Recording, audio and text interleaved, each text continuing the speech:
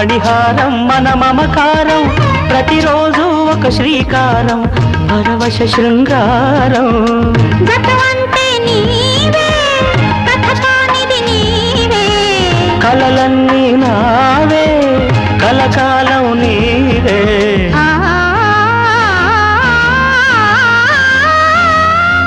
రాముడు అనుకోలేదు జానకి పతి కాగలనని ఆనాడు